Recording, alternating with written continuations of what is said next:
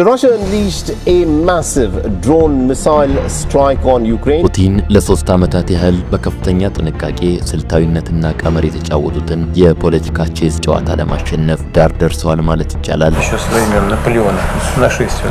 የአሜሪካ መከላከያ መስሪያ ቤት ጸሐፊ ፒተር ጌዝ የሰላም ስምምነቱ ተግባራዊ ቢደረግ እንኳ ዩክሬን ከጦርነቱ በፊት የነበራትን ድንበር ይዛ ትቀጥላለች ማለት መሬት ላይ ካለው እውነታ ጋር የሚቃረን የቅዠት ሐሳብ ነው ሲሉ ተደምጠዋል። President Donald Trump, who is threatening new sanctions and tariffs on Russia. ዶናልድ ትራምፕ መንግስት ጋር ግንኙነቷን ለማሻሻል እየሞከረች ያለችው ቱርክ አሜሪካንን ጭምር ያስደነቀ አንድ ውሳኔ ያሳልፋለች።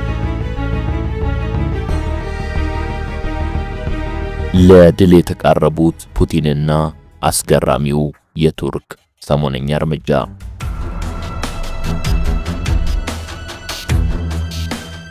ውድ የሳሎን ቤተሰቦቻችን ዲኤምሲ ሪል ስቴት ለውስን ቤቶች የተዘጋጀ ቅናሽ ከዝቅተኛ ፍሎር ጋር ይዞ እርሶን እየጠበቀ ነው። ታዲያ ምን ይጠብቃሉ? በካሬ በ78000 ብር ሙሉ በሙሉ በኢትዮጵያ ብር የተዘጋጀውን ውል ዛሬውኑ ይዋዋሉ። በቅናሽ ዋጋና በልዩ ልዩ የካሬ አማራጮች ጥራታቸውን የጠበቁት የዲኤምሲ ሪል ስቴት ቤቶች ሊኖሩበት ቢፈልጉ ሰላማዊ መንደር፣ ሊያከራዩት ቢያስቡ በጥሩ ዋጋና መልሰው ቢሸጡት እንኳ በደንብ የሚያተርፉባቸው ቤቶች ናቸው። እናም ከስቱዲዮ አንስቶ ባለ 1፣ ባለ 2፣ ባለ 3 እና ባለ 4 መኝታ እንዲሁም የንግድ ሱቆች ከ28.3 እስከ 900 ካሬ ከ8 በመቶ እስከ 10 በመቶ ቅድመ ክፍያ ብቻ በተጨማሪም እንዳከፋፈሎ ከ8 እስከ 30 በመቶ ቅናሽ ይዞ የሚጠብቁትን ዲኤምሲ ሪል ስቴት አሁኑን ይጎብኙ። አድራሻችን በመሃል ከተማ ለቡ መብራት ኃይል። ለበለጠ መረጃ በስልክ ቁጥር 0910 21 61 40 ይደውሉ። ዲኤምሲ ሪል ስቴት 3 ዓመት በሞላው የሩሲያ ዩክሬን ጦርነት አሁን ላይ ሁለት አይነት ነገሮች ይታያሉ። በአንድ በኩል በአሜሪካው ፕሬዝዳንት ዶናልድ ትራምፕ አማካኝነት ስለሚካሄደው የሰላም ስምምነት እየተወራ ነው። በሌላ በኩል ደግሞ ጦርነቱ አሁንም መካሄዱን ቀጥሎ የሩሲያ ጥቃት ተጠናክሮ ቀጥሏል። በጦርነቱ ላይ ሩሲያና ዩክሬን በአብዛኛው የተከተሉት ስልት ዩክሬን እንደምንም ብላ ጠንከር ያለ ጥቃት ተነዝራለች፣ ሩሲያ ደግሞ ጠብቃ የከፋ የበቀል ምላሽ ትሰጣለች። ከአሜሪካና ከአውሮፓውያን ያገኙት የአውዳሚ ጦር መሳሪያዎች ድጋፍ የዩክሬንን ሞራል ትንሽ ያነቃቃው መስሎ ቢታይም አሁን ግን በጦር ሜዳም ሆነ በዲፕሎማሲው መድረክ ነገሮች ለፑቲን አስደሳች፣ ለዜሌንስኪ ደግሞ የሚያበሳጭ ሆነዋል። በርግጥ ለ3 ዓመታት ሲካሄድ የቆየው ጦርነት በሁለቱም ሀገሮች ላይ ያደረሰው የሰብአዊና ቁሳዊ ውድመት ከፍተኛ ቢሆንም በአንጻራዊነት ሲታይ በዩክሬን ላይ የደረሰው ሰብአዊና ኢኮኖሚያዊ ጉዳት እጅግ ከፍተኛ ነው። የሰሞኑ ሁኔታ ደግሞ በወታደራዊና ዲፕሎማሲው መስክ ዩክሬን ተጨማሪ ጉዳት እንደደረሰባት የሚያሳይ ነው። ከሰሞኑ አሜሪካ ለዩክሬን በግልጽ ያቀረበችውና እስካሁን ያወጣው ወጪ በአይነት አሊያም በጥሬ ገንዘብ ይከፈለኝ የሚል ጥያቄዋን ይበልጥ አስገዳጅ በሆነ መልኩ ይዛ መምጣቷ ሳያንስ ከድርድሩ በኋላ ባለው ጊዜ ለዩክሬን የወታደራዊ ድጋፍ ወይም የደህንነት ዋስትና ስለመስጠቷ ምንም ያወቁት ነገር አለመኖሩ የዜሌንስኪን ጭንቀት አባብሶታል። በዜሌንስኪ ፊት ላይ ከወራት በፊት በባይደን ስልጣን ዘመን ይታይ የነበረውን ስሜትና አሁን ያለውን ላነጻጸረ ልዩነቱ አስገራሚ ነው። በተለይም ባለፈው ጁን ወር በኩርስክ አቅጣጫ ድንገተኛ ጥቃት በመክፈት ብዙ ኪሎሜትሮችን ወደ ሩሲያ ክልል ጠልቃ መግባቷን እንዲሁም አውዳሚ ሚሳኤሎችና የውጊያ አውሮፕላኖችን ከአሜሪካና እንግሊዝ ማግኘቷን ተከትሎ ስለ ዩክሬን ድል ለማውራት የቃጣቸው በርካቶች ነበሩ።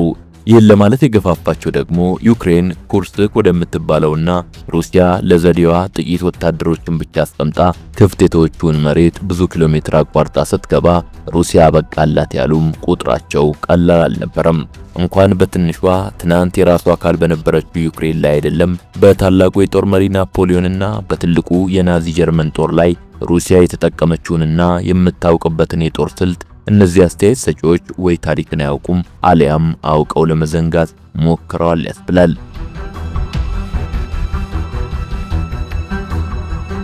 በሌላ በኩል አሜሪካውያንን ጨምሮ ምክንያታዊ የሆኑ የጦር ኤክስፐርቶች ግን ዩክሬን ይህን ያደረገችው ወደ ድርድር መግባቷ የማይቀር ከሆነ የተቆጣጠረቻቸውን አካባቢዎች ለድርድሩ በመያዣነት ለመጠቀምና የመደራደር አቅሟን ለመጨመር ያህል እንጂ ሩሲያን አሸንፋለሁ በሚል እንዳልሆነ ይናገሩ ነበር።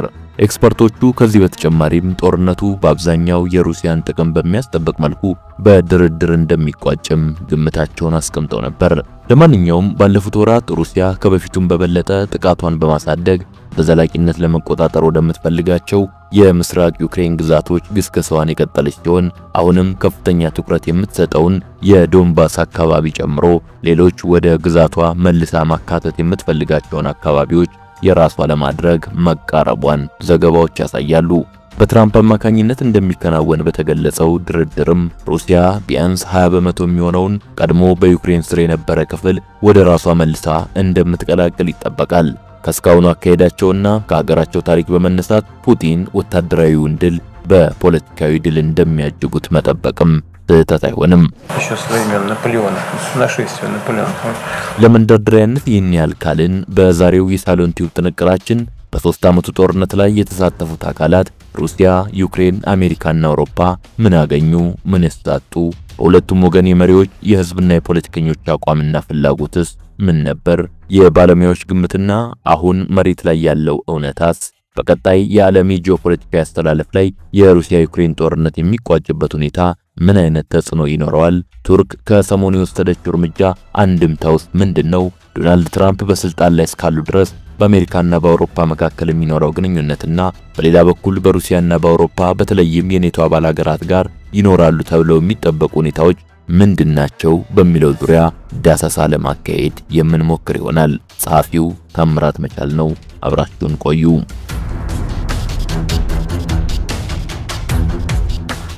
በመጀመሪያ ሩሲያ፣ ዩክሬን፣ ምዕራባውያን በዋነኝነትም አሜሪካና የአውሮፓ አጋሮቿ ባለፉት 3 ዓመታት በተካሄደው ጦርነት ምን አገኙ? ምን አጣጡ? የሚሉትን ጥያቄዎች እንደየቅደም ተከተላቸው በመጠኑ ለመመልከት እንሞክር። የዚህ ጦርነት ዋነኛ ባለጉዳይ የሆነችው ሩሲያን በቅድሚያ እናንሳ። ለዚህ ጥንቅር የተለያዩ የመረጃ ምንጮችን በዋቢነት የተጠቀምን ሲሆን ከነዚህ መካከል አንዱ ፈርስት ፖስት የተባለው የመረጃ ምንጭ ነው። ይህ የመረጃ ምንጭ ቫንቴጅ በተባለ ፕሮግራሙ ባለፉት 3 ዓመታት የሩሲያ ዩክሬን ጦርነት ያስተናገዳቸውን ጉልህ ክስተቶች፣ ጦርነቱ አሁን ያለበትን ሁኔታ፣ ቭላዲሚር ፑቲን ጦርነቱን የመሩበትን ሁኔታ አመራር እንዲሁም በቅርቡ ከዶናልድ ትራምፕ ጋር ያደርጉታል ተብሎ የሚጠበቀውን ድርድር በተመለከተ ጥልቅ ዳሰሳና ትንታኔን ከሰሞኑ አቅርቦ ነበር። ጋዜጠኛ ፓልኪ ሻርማ ለፕሮግራሟ በመጨረሻም ፑቲን ቁማሩን ሊያሸንፉ ይሆን የሚል ርዕስ በመስጠት ጉዳዩን በጥልቀት ፈትሻለች፣ ትንተናም አካሂዳለች። ምናልባት ጋዜጠኛዋ ለገለጻ ስለተመቻት ቤት የሚለውንና ቁማር ወይም ውርርድ የሚል ትርጉም ያለውን የእንግሊዘኛ ቃል ተጠቀመች እንጂ ባለፉት 3 ዓመታት ቭላዲሚር ፑቲን ሩሲያን ይዘው ሁለገቡን ጦርነት የመሩበት ሁኔታ መወራረድ ወይም መቆመር ከሚለው ይልቅ የተጠናና የተሰላ አጨዋወት የሚለው ይበልጥ ይገልጸዋል። እኛም የፖለቲካ ቼዝ የሚለውን አገላለጽ የተጠቀምነው ለዚህ ነው።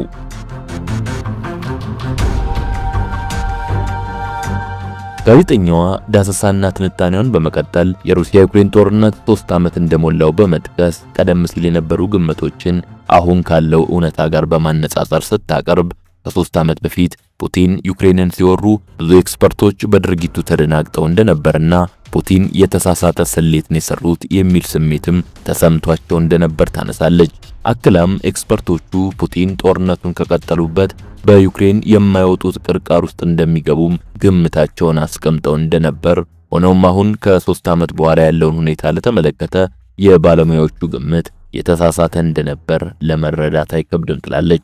ከነዚህ ነጥቦች በመነሳት ባለፉት 3 ዓመታት ሲካሄድ በቆየው በዚህ ጦርነት ማብቂያ የመጨረሻውን ሰዓት ወይም the last laugh የሚስቁት ፑቲን ሳይሆኑ አይቀርም ብሎ ለመደምደም ይገፋፋል የምትለው ሻርማ ለዚህ ድምዳሜው አስረጅነትም 3 ዋና ዋና ነጥቦችን ታስቀምጣለች።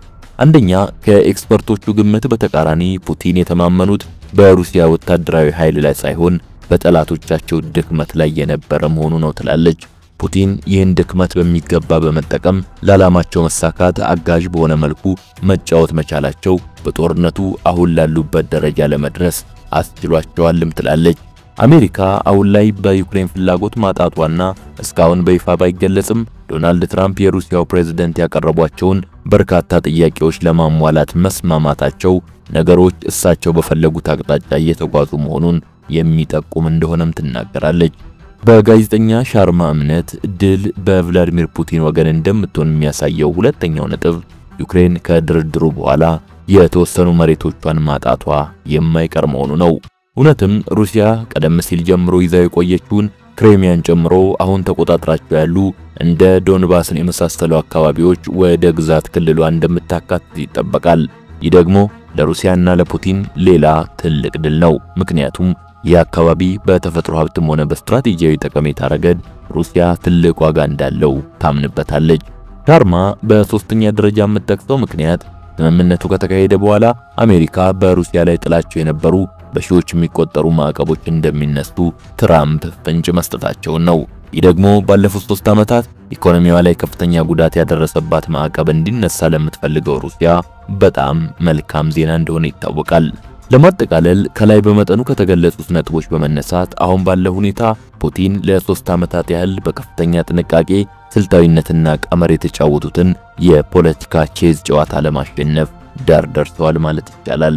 ቀጥለን ደግሞ ጦርነቱ በዩክሬን ላይ ያደረሰውን ጉዳት በገንዘብ በጦር መሳሪያና በዲፕሎማሲ ሲረዷት የነበሩት አሜሪካና አውሮፓ የነበራቸውን ተሳትፎ በፖለቲከኞችና በሕዝብ ዘንድ ስለነገሩ ምን አይነት አስተያየትና አመለካከት ሲንጸባረቅ ቆየ በሚለውና በሌሎችም ተያያዥ ጉዳዮች ዙሪያ ጥቂት ነጥቦችን እናንሳ። ዩክሬን አንዳንድ ዘገባዎች እንደሚሉት እስከ 600,000 እንደሚደርሱ የሚገመቱ ዜጎቿን ማጣቷ በተለይ ሀገሪቱ የሶቪየት ህብረት አካል በነበረች ጊዜ የተገነቡ ከፍተኛ ቁጥር ያላቸው ኢንዱስትሪዎችና የመሰረተ ልማት ተቋማት የወደሙባት መሆኑ ከአሜሪካ ጋር እንደሚያደርጉት ስምምነት በግብርና ምርቷ በማዕድኖቿ አሊያም በሌላ መንገድ የምታወራረደው የቢሊዮን ዶላሮች የአሜሪካ ዕዳ ያለባት መሆኑ እንዲሁም ከምንጊዜውም የሩሲያ ጠላቶች ከሆኑት ከምዕራባውያን ጋር ተባብራ ዳግም ሩሲያን በማጥቃቷ በሩሲያውያን ዘንድ የፈጠረችው የጠላትነት ስሜት እስካሁን ከደረሰባት የሰዋዊ ቁሳዊና ሌሎችም ጉዳቶች መካከል ተጠቃሽ ናቸው።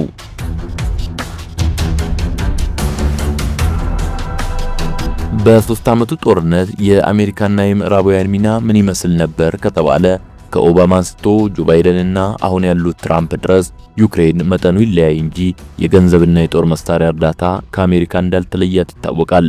በተለይም በቅርቡ የስልጣን ዘመናቸው አብቅቶ በትራምፕ የተተኩት ጆ ባይደን ከዋይት ሃውስ እስኪለቁ ድረስ የቻሉትን ያህል ገንዘብና ጦር መሳሪያ ሁሉ በመስጠት ከዜሌንስኪ ባልተናነሰ እልህ ሩሲያን ሲያጠቁ መቆየታቸው ሁሉም የሚያውቀው ነው። ከባይደን ባልተናነሰ ዩክሬን ወደ ጦርነት እንድትገባ ለዓመታት ሲገፋፉ የቆዩ ግለሰብም አሉ። የቀድሞው የእንግሊዝ ጠቅላይ ሚኒስትር ቦሪስ ጆንሰን ከ3 ዓመታት በፊት ዩክሬንን ሆይ ሆይ ብለው የጦርነት እሳት ውስጥ የከተቷት ቦሪስ ጆንሰን ከሰሞኑ በዩክሬን ያለው ሁኔታ እየከፋ መምጣቱን ካዩ በኋላ የተፈጠረባቸው ብስጭት ምዕራባውያን የዩክሬን ጦርነት እንዲካሄድ የፈለጉበትን እውነተኛ ምክንያት ሳይደብቁ እንዲናገሩ አስገድዷቸዋል። ግለሰቡ የተናገሩትም ዩክሬን ላይ ተሸነፈ ማለት የምዕራባውያን ተጽዕኖ አድራጊነት ማብቃቱና የምዕራቡ ዓለም መሸነፉ የሚታወጅበት ነው በማለት ነበር። ቀደም ሲል እንደተገለጸው ቦሪስ ጆንሰን ዩክሬን ድረስ በመሄድ ሀገሪቱ ወደ ጦርነት እንድትገባ በብርቱ የቀሰቀሱ ግለሰብ ሲሆኑ በቱርክ አደራዳሪነት ተስፋ ሳይቶ የነበረው የዩክሬንና ሩሲያ ከጦርነት በመለስ ያሉ አማራጮችን እንዳትጠቀም ካደረጉት ግለሰቦች መካከል የሚገኙበታል።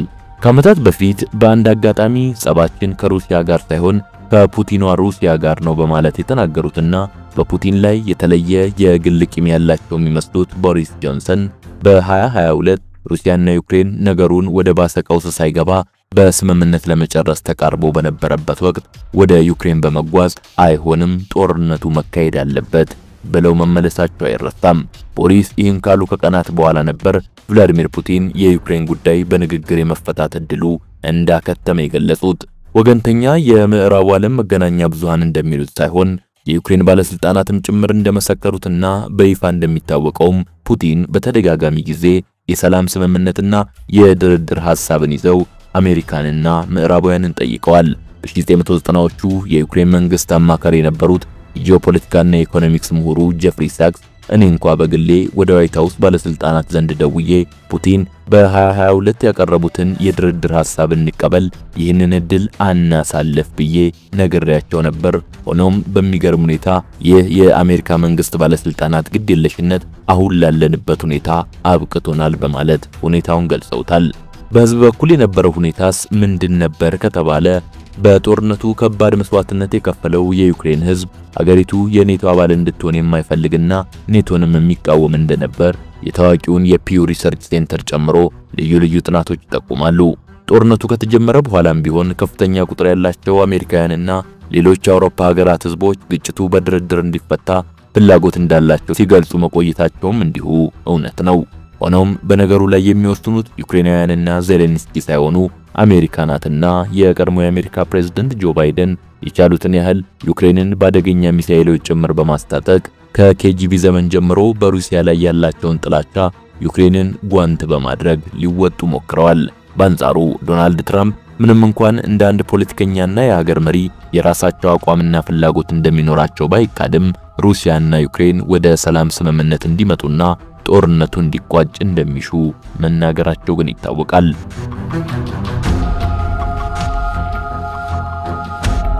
ትራምፕ ይህን ሐሳብ ተግባራዊ የማድረግ ሂደቱን መጀመራቸውንና በተለያዩ መድረኮችም አስተያየታቸውን መስጠታቸውን ተከትሎ ከቮሎዲሚር ዜሌንስኪ ጋር የቃላት ጦርነትና በሰጥ አገባው በርክቶ ነበር።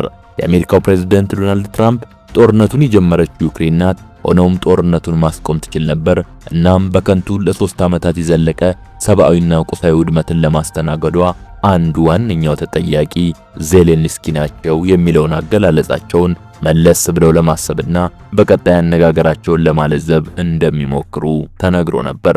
ሆኖም ቀደም ሲል እንደተገለጸው ከጥቂት ቀናት በፊት ትራምፕና ዜሌንስኪ በዋይት ሃውስ ተገናኝተው በነበረበት ወቅት ከበፊቱም የባሰ ኃይለ ቃልና ግጭት ውስጥ ገብተዋል። ለማንኛውም አሁንም ሲገናኙ አንዱ ርዕሰ ጉዳይ አሜሪካ ባለፉት ዓመታት ለዩክሬን በጦር መሳሪያና በብድር መልክ የሰጠችውን ቢሊዮን ዶላሮች ዩክሬን በምን መልኩ ትመልሳለች በሚለው ዙሪያ ሲሆን ትራምፕ ይህን በተመለከተ ሁለት አይነት ሐሳቦች እንዳቀረቡ ይነገራል። እዚህ ጋር ተያይዞ መገለጽ ያለበት አንድ መረጃ ግን አለ። ይኸውም አሜሪካ ዩክሬንን ከፖለቲካ መጫወቻ ካርድነት ባለፈ እጅግ ከፍተኛ የግብርና ምርት አምራችነቷ ላይ ነዳጅና አሁን ላሉት የቴክኖሎጂ ቁሶች ወሳኝ የሆኑት ብርቅ ማዕድናት ላይ አይኗን መጣሏና መረጃዎች እንደሚጠቁሙት ደግሞ የዩክሬን አጠቃላይ የማዕድን ሀብት 15 ትሪሊዮን ዶላር ዋጋ እንዳለው መገመቱ ነው። ዶናልድ ትራምፕ እስካሁን ከ300 ቢሊዮን ዶላር በላይ አስወጥታናለች፣ ስለዚህ በጥሬ ገንዘብ ከሆነ ዩክሬን 500 ቢሊዮን ዶላር ለአሜሪካ ትክፈል፣ አሊያም አሜሪካ በምርት ወይም በገበያ ድርሻ መልክ የሚሰላ እስከ 50 በመቶ የሚደርስ ድርሻ እንዲኖራት የሚለውና ሁለቱ ሀገራት በሚያደርጉት ድርድር ላይ እንደሚቀርብ የሚጠበቀው ሐሳብ አንዱና ዋነኛው ነው። ለ3 ዓመት በጦርነቱ ላይ ተሳታፊ የነበሩት የምዕራብ አውሮፓ ሀገራት በተለይም ደግሞ የአውሮፓ ህብረት የሚባለው ተቋም በሳዑዲ አረቢያ በተካሄደው ድርድር ላይ የመሳተፍ እንኳን እድል መነፈጉ ምን ያህል አቅመቢስና አሜሪካም እንዳሻት የምትዘውረው መሆኑን ያሳያል። አንድ ባለሙያ ከሰሞኑ በዚህ ዙሪያ በሰጡት አስተያየት ከአውሮፓ ህብረት ሊቀመንበር ይልቅ የአንድ ከተማ ከንቲባ የተሻለ ስልጣንና ተሰሚነት አለው በማለት የተናገሩት ሁኔታውን ይበልጥ ይገልጸዋል። የአውሮፓ አባል የሆነችው ፈረንሳይና አሜሪካ የተለየ አቋም ይኖራታል ተብላ የማትጠበቀው እንግሊዝ በገንዘብ ደረጃ ለዩክሬን ጦርነት ያደረጉት እርዳታ በንጽጽር አነስተኛ ሲሆን ከሁሉም በዚህ ጦርነት ተጎጂ የሆነችው ግን ጀርመን ናት።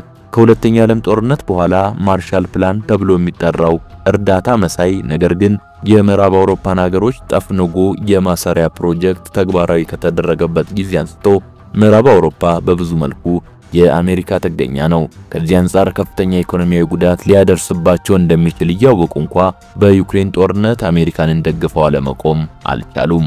ሁሉም ግን የአውሮፓ ህብረት አለኝ የሚላትና በማምረቻው ዘርፍ ላይ በተመሰረተው ጠንካራ ኢኮኖሚ የምትታወቀው ጀርመንን ያህል የተጎዳ የለም። በጦርነቱ ላይ በሚደንቅ ትጋት የአሜሪካንን ዓላማ ለማስፈጸም ከጣሩት የአውሮፓ ሀገራት መካከል አንዷና ዋነኛዋ ጀርመን ባለፉት 3 ዓመታት ከሩሲያ ታገኝ የነበረው የኃይልና የጥሬ ዕቃ አቅርቦት እንዲሁም ትልቅ የነበረው የኢንዱስትሪ ምርት በመቋረጡ ከፍተኛ ኢኮኖሚያዊ ጉዳትን አስተናግዳለች። በሩሲያ ዩክሬን ጦርነት አሜሪካን ለማሳካት ካቀደቻቸው ስውር ዓላማዎች መካከል አንዱ ከቻይና ጋር የተያያዘ ሲሆን ሌሎቹ ግን ሩሲያን ማዳከምና ጀርመንን ከምንጊዜውም በበለጠ የአሜሪካ የወታደራዊ እንዲሁም የኢኮኖሚ ጥገኛ ማድረግ ነው።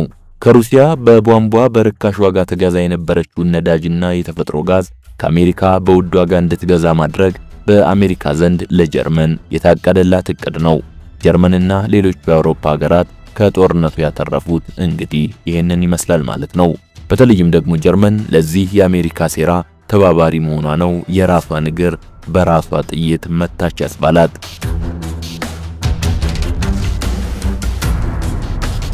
ከሩሲያ ዩክሬን ጦርነት ጋር በተያያዘ ሊነሳ የሚገባው ሌላኛው አንድ ጉዳይ የቱርክ ሰሞነኛ እርምጃ ነው። ሁለቱ መሪዎች በተገናኙበት በዚህ አጋጣሚ የቱርኩ ፕሬዝዳንት ረሲፕ ታይብ ኤርዶሃን ቮሎዲሚር ዜሌንስኪን ወደ አንካራ በመጥራት አይዞ አለንልህ ለማለት ሞክረዋል። ይህ ምናልባትም የጦርነቱን እሳት ስትጋፈጥ ለኖረችዋ ነገር ግን በሳውዲ በተካሄደው ድርድር ላይ በተሳታፊነት እንኳን ላልተጋበዘችው ሀገር መሪ መጠነኛ መጽናናትን ፈጥሮላቸው ይሆናል። እንዲሁም ኤርዶሃን የዩክሬንን የኔቶ አባልነት ጉዳይ ቱርክ እንደምትደግፍ መግለጹ እንዲሁም ሁለቱ ሀገራት የተፈራረሙት ኢኮኖሚያዊና ወታደራዊ ስምምነት ለቱርክ ምናልባትም የዲፕሎማሲና የሀገራዊ ጥቅምን ሊያስገኝ የሚችል ነገር ግን ከዓለም አቀፍ ጂኦፖለቲካ አንጻር በተለይም አሜሪካ በትራምፕ ዘመን ከምታራምደው አቋም አንጻር ሲታይ ብዙም የማያስኬድ አይነት ነው። ምክንያቱም አንድ ለ3 ዓመት እነዚያ ሁሉ ሀገራት ተረባርበው ሲያካሂዱ ስለነበረው ጦርነት የትራምፕ መንግስት አሁን እየተናገረ ያለው ነገር ፈጽሞ የተለየ መሆኑ አሜሪካ እንደሁሌው ከመርህ ይልቅ ጥቅምን መሰረት አድርጋ እንደምትንቀሳቀስ ምስክር በመሆኑ ነው። በመሆኑም ለጥቅሟ ስትል ግንኙነቷን ማሻሻል ከምትፈልገው ከሩሲያ አቋም ጋር የሚጋጭ ነገር እንድታደርግ ለቱርክ የምትፈቅድበት ምክንያት አይኖርም። ምክንያቱም የዩክሬን የኔቶ አባልነት ጉዳይ ሩሲያ ማትደራደርበት ለዚህ ጦርነት ዋነኛ መንስኤ ነውና።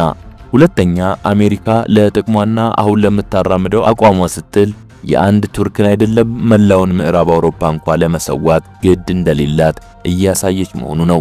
ለማንኛውም በሩሲያና ዩክሬን ጉዳይ የማደራደር ሚና የነበራት በአሁኑ የድርድር አጋጣሚ ግን ያልተካተተችው ቱርክ የአትርሱኝ በሚመስል መልኩ ከሰሞኑ ከዩክሬን ጋር የኢኮኖሚና ወታደራዊ ስምምነት የተፈራረመች ሲሆን በኢኮኖሚው ረገድ ሁለቱም ተጠቃሚ የሚሆኑበት እድል ሊኖር ይችላል።